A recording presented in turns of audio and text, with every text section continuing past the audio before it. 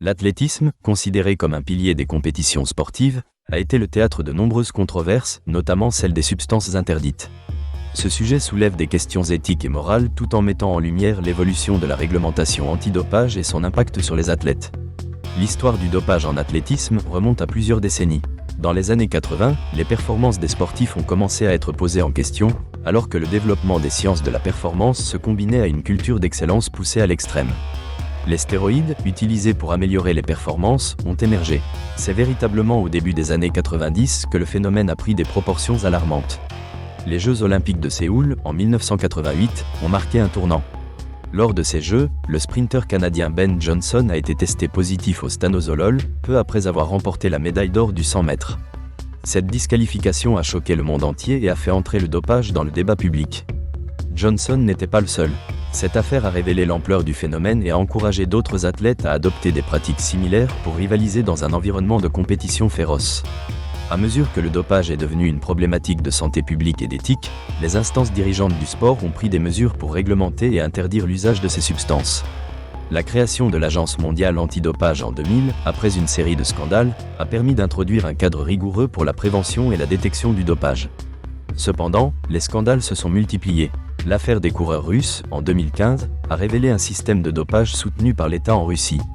Une enquête a démontré comment des athlètes étaient encouragés à se doper et comment les instances sportives fermaient souvent les yeux sur ces pratiques. Les compétitions internationales ont été entachées par cette crise, entraînant des suspensions massives d'athlètes et l'exclusion de la Russie des Jeux Olympiques de Rio en 2016. Cet épisode a mis en lumière non seulement le problème individuel du dopage, mais aussi les implications systémiques qui peuvent le soutenir. Les répercussions de ces affaires dépassent les simples disqualifications.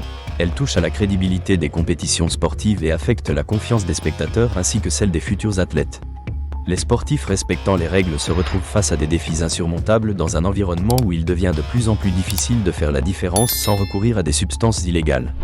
Cela soulève des questions déontologiques. Jusqu'à quel point les athlètes sont-ils responsables de leur choix lorsque la pression pour exceller est si forte ?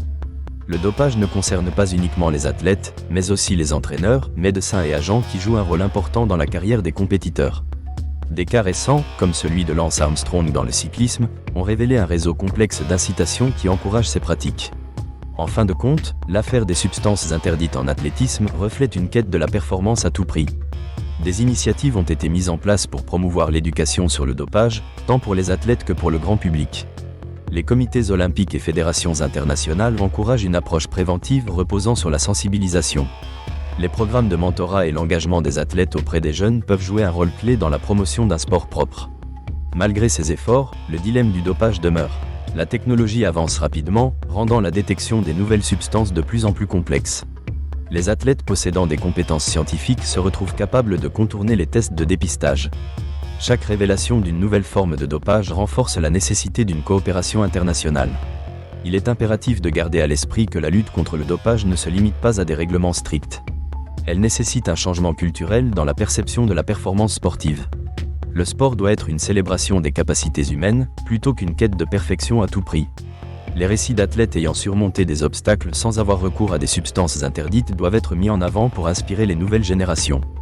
En conclusion, l'affaire des substances interdites en athlétisme est un problème complexe qui perdure. Elle souligne la tension entre les aspirations humaines et les dilemmes moraux, entre performance et intégrité. Alors que le sport continue d'évoluer, il est crucial de réaffirmer les valeurs fondamentales de compétition saine.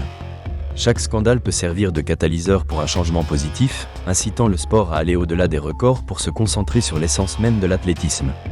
L'objectif reste d'organiser cette lutte de manière juste, en alliant prévention, éducation et sanctions.